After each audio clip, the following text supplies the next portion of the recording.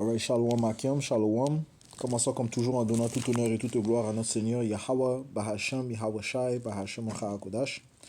Double honneur et respect aux apôtres de Great Millstone établis par notre Seigneur pour guider l'élection de la nation d'Israël et bien sûr Shalom aux élus. C'est le frère Zekar du camp de Great Millstone Montréal. J'arrive avec une correction de ce que j'ai dit durant le dernier camp. En fait, c'était aujourd'hui. Ok, plutôt. On a parlé du système de Bretton Woods. Ok. Cet accord qui a été fait. Premièrement, j'ai dit que ça a été fait après la Deuxième Guerre mondiale. Mais comme on va lire dans ces articles, que le Bretton Woods a en fait été mis en place durant la Deuxième Guerre mondiale, à la fin de la Deuxième Guerre mondiale. La Deuxième Guerre mondiale, c'est a complètement mis fin en 1945. Mais comme on va lire ici que le Bretton Woods a été établi en 1944. Ok, so on va lire certaines informations. Encore une fois, c'est une correction de ce que j'ai dit dans le dernier camp. Ok, lorsqu'on parlait de l'écroulement économique qui va venir. Le système de Bretton Woods. Ok, ça dit ici, le système de gestion monétaire de Bretton Woods a établi les règles des relations commerciales entre les États-Unis, le Canada, les pays d'Europe occidentale, l'Australie et d'autres pays, soit un total de 44 pays. Après l'accord de Bretton Woods de 1944, le système de Bretton Woods a été le premier exemple d'un ordre monétaire entièrement négocié, destiné à régir les relations monétaires entre États indépendants. Ça dit ici que le système de Bretton Woods exigeait que les pays garantissent la convertibilité de leur monnaie en dollars américains à 1% près des taux de parité fixe, le dollar étant convertible en lingots d'or pour les gouvernements étrangers et les banques centrales à 35 dollars l'once. Ok. Donc, pour avoir un once troy d'or, ok, ou un ounce d'or, ça valait à 35 dollars. C'est ce qui a été établi durant le Bretton Woods, ok, l'accord de Bretton Woods. Ils envisageaient également une plus grande coopérative entre les pays afin d'éviter de futures dévaluations compétitives et ainsi créer le Fonds monétaire international, International Monetary Funds, IMF, pour surveiller les taux de change et prêter des devises de réserve aux pays ayant des déficits de balance des paiements. Ok. Et les prêts se faisaient dans le dollar américain. Ok. Et encore une fois, aussi j'avais dit dans le camp que c'était fait en même temps que le Bretton Woods. L'accord Bretton Woods a été fait dans environ le même temps que le pétrodollar. C'était faux. Ok. On va toucher sur cela aussi. Ok. Parce que le pétrodollar est venu après l'accord de Bretton Woods. Ok. Encore une fois, c'est une correction de ce que j'ai dit. Ok. Mais le Bretton Woods a solidifié le dollar américain. Ok. On va aller.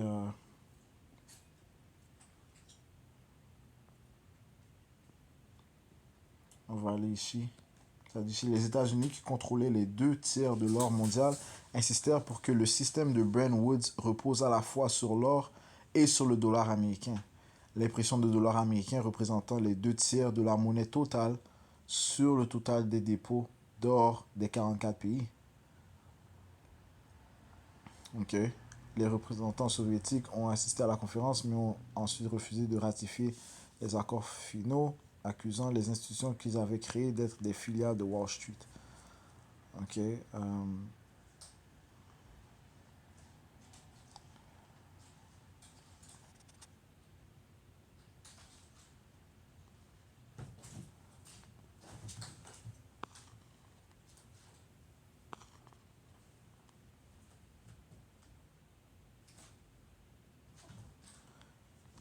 Allons ici le 15 août 1971, les États-Unis suspendirent temporairement la convertibilité du dollar américain en or, ok, mettant ainsi fin au système de Bretton Woods. Ok, donc le Bretton Woods, l'accord de Bretton Woods a été annulé en 1971.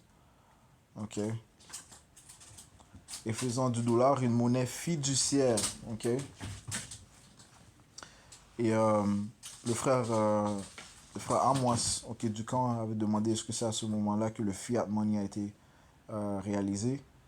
Oui, ok, parce que euh, lorsqu'ils ont mis fin euh, à la convertibilité du dollar américain en or, eh bien, ça fait que l'argent américain est devenu une monnaie fiduciaire. Maintenant, allons voir la définition de monnaie fiduciaire. Ok, c'est en autre mot lorsque l'argent n'est plus supporté par de l'or ou de l'argent. Right. C'est pas backé par de l'or ou de l'argent. Donc, on va dire ça en français, ça dit ici.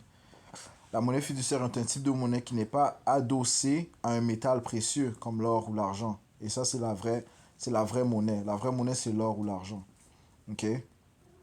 Donc, l'argent que l'on utilise présentement, c'est l'argent, la monnaie fiduciaire. Elle n'est pas adossée, elle n'est pas backée par un métal précieux. Donc, en réalité, elle n'a pas de valeur.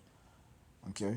Elle n'a pas de valeur. L'argent que l'on utilise présentement n'a pas de valeur. So, dès qu'ils ont mis fin à l'accord Bretton Woods, l'argent d'Américain n'avait pas de valeur. Pourtant, avant, elle avait de la valeur. 35 dollars pouvait acheter 35, 35 dollars pouvait acheter un, un, un ounce de d'or. Ok?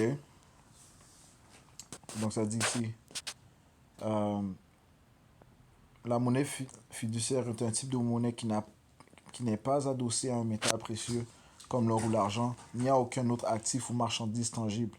La monnaie fiduciaire est généralement désignée par le gouvernement émetteur comme ayant un cours légal et est autorisée par la réglementation gouvernementale.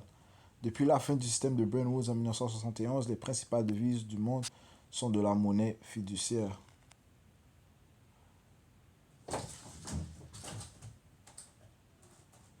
Ça dit ici, la monnaie fiduciaire n'a généralement pas de valeur intrinsèque. Elle n'a pas de valeur d'usage. Elle n'a de valeur que parce que les individus qui l'utilisent comme unité de compte ou dans le cas de la monnaie comme moyen d'échange s'accordent sur sa valeur. Okay? Donc c'est juste la valeur qu'on lui donne, mais en réalité elle n'a pas de valeur parce qu'elle n'est pas backée par un métal précieux tel que l'or ou de l'argent. Okay? Ça dit ils sont convaincus qu'elle sera acceptée par les commerçants et d'autres personnes comme moyen de paiement pour leurs dettes. You know? So, ça prouve que le monde est vraiment ensorcelé, okay? Parce qu'on utilise de l'argent qui a pas de valeur, man. Parce que si on veut le réclamer, disons, à la banque, ils vont rien te donner, man. Ils peuvent pas te donner de l'or, ils peuvent pas te donner de l'argent. You know?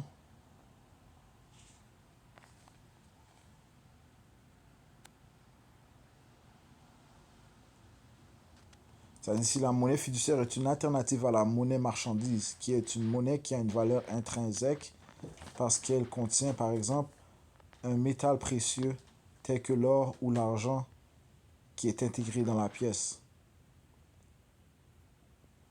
Ok?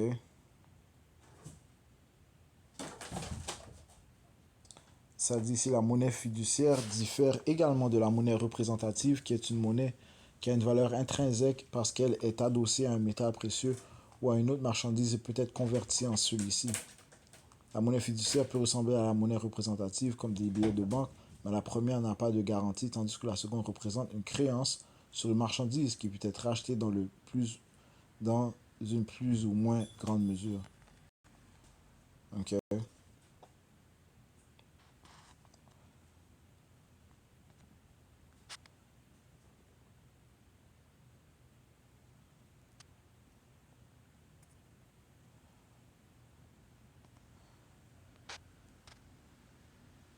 Valeur intrinsèque en finance, c'est la valeur intrinsèque d'un actif ou d'un titre est sa valeur calculée par rapport à une mesure objective inhérente. Une distinction est faite concernant le prix de l'actif qui est déterminé par rapport à d'autres actifs similaires. L'approche intrinsèque de l'évaluation peut être quelque peu simplifiée ou elle ignore des éléments autres que la mesure en question.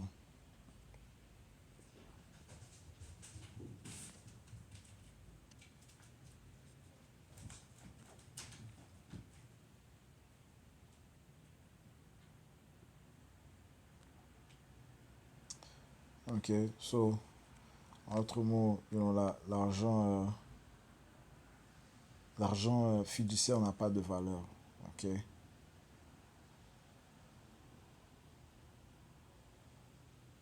ok. Euh, Maintenant, retournons au système. Voyons ce qu'ils ont fait, ok, pour resolidifier le dollar américain. Ok, en 1973, Nixon et le secrétaire d'État Henry Kissinger ont conclu un accord secret avec l'Arabie Saoudite pour que le commerce du pétrole soit uniquement effectué en dollars américains. Okay, rattachant ainsi le dollar américain au pétrole et donnant naissance au pétrodollar. Donc ça a aussi aidé à solidifier le dollar américain. Okay, parce que si les gens voulaient faire des achats du pétrole en Arabie Saoudite, ils devaient le faire en dollars américains. Okay, donc ça a donné naissance au pétrodollar et c'est venu après euh, le Bretton Woods. Okay. En fait, on peut même dire 73, le Bretton Woods est venu en 44, donc 29 ans après, environ 29 ans après.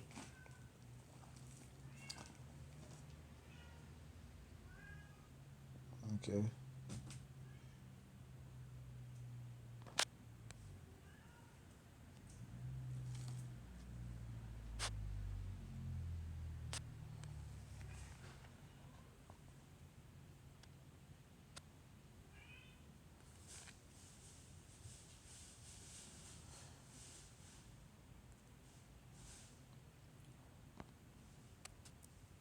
L'utilisation internationale du dollar américain. Le dollar américain a été établi comme la principale monnaie de réserve mondiale par les accords de Bretton Woods de 1944. Okay?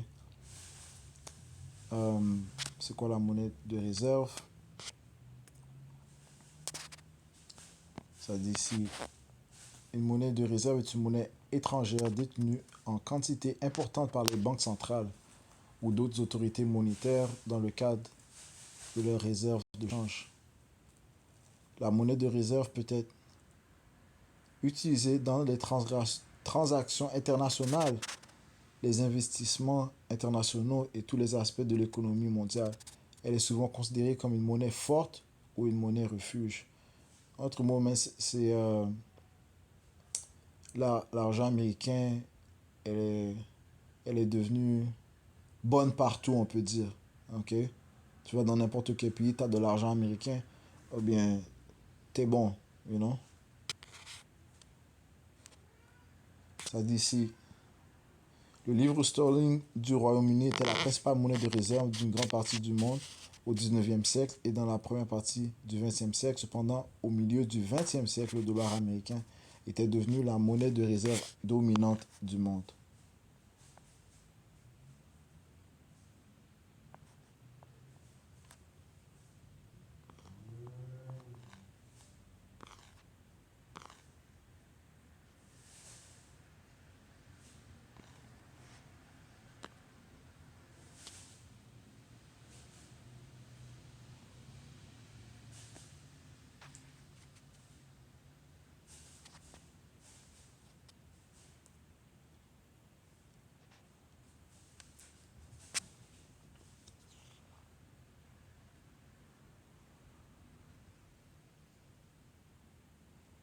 Bien que tous les liens avec l'or l'aient été rompus en 1971, le dollar continue d'être la principale monnaie de réserve mondiale.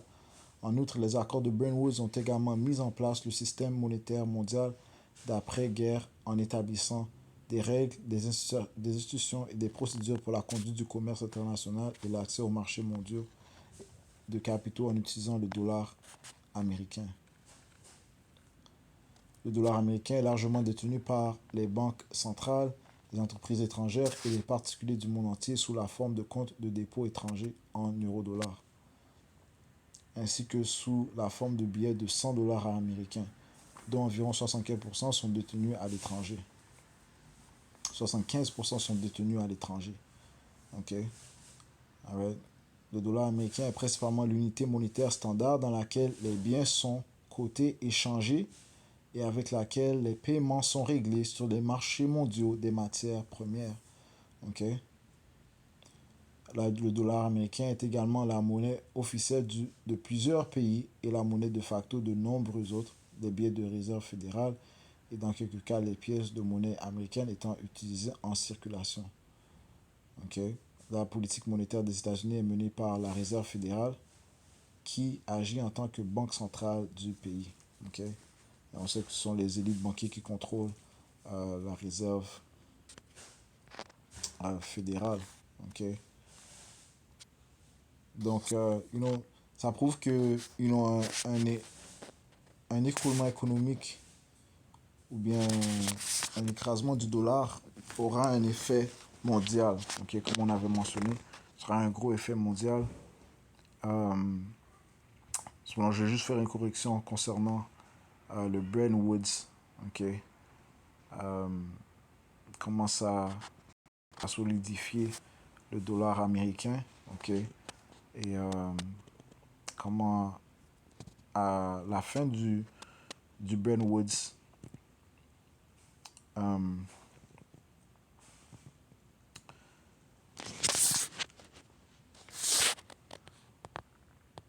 qui était en 1971, ils ont mis un autre accord qui était le pétrodollar, qui a aussi aidé à solidifier le dollar américain.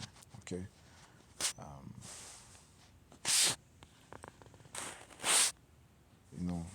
Mais il y a quand même un écart entre l'accord du Bretton Woods et l'accord du pétrodollar, environ un écart de 29 ans. Okay? Je vais juste toucher sur cela, j'espère pouvoir revenir avec une autre leçon. Okay? On va conclure en donnant tout honneur, toute gloire à Yahweh, Ba'Hashem Yahushai, Ba'Hashem Hakudash, tout bonheur, avec ce que j'appelle de bénis, ton shalom,